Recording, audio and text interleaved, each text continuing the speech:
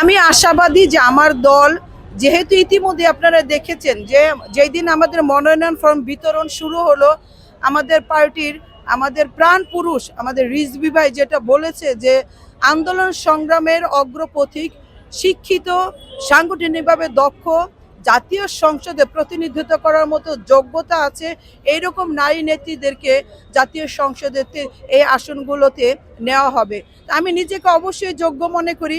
আমি শিক্ষিত, আমি ইডেন মহিলা বিশ্ববিদ্যালয় কলেজ থেকে বাংলা সাহিত্যে পড়াশোনা করেছি। আমি রাজপথের অগ্রসৈনিক। আমি আন্দোলন সংগ্রামে ইতিমধ্যেই মানে অগ্নিকন্যা হিসেবে খেতাব পেয়েছি আমি বিভিন্ন পত্রপত্রিকার মাধ্যমে, যেটা আপনারা দেখে থাকবেন। তো আগামী দিনে আমার দল আমাকে, আমি 100-তে 100% আশাবাদী যে আমার দল আমাকে সংসদে পাঠাবে।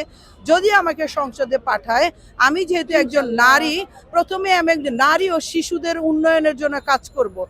বিশেষ করে আমরা যারা রাজনীতি করি, আমাদের মূল লক্ষ্য থাকে, উদ্দেশ্য থাকে এলাকার উন্নয়ন করা।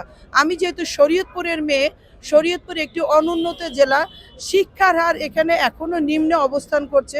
শরীয়তপুরের নারী সমাজ যারা রয়েছে, বালিকা থেকে শুরু করে বয়োবৃদ্ধ যারা যারা রয়েছে, আমি তাদের শিক্ষার আমূল পরিবর্তন করতে চাই।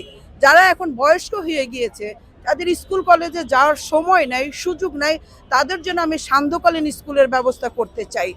আমি যারা শিশু রয়েছে, বালিকা রয়েছে, যারা অর্থনৈতিক দুরবস্থার জন্য পড়াশোনা চালিয়ে যাওয়ার সক্ষমতা হারিয়ে ফেলেছে, আমি তাদের জন্য বিশেষ অর্থনৈতিক অনুদানের ব্যবস্থা করতে চাই।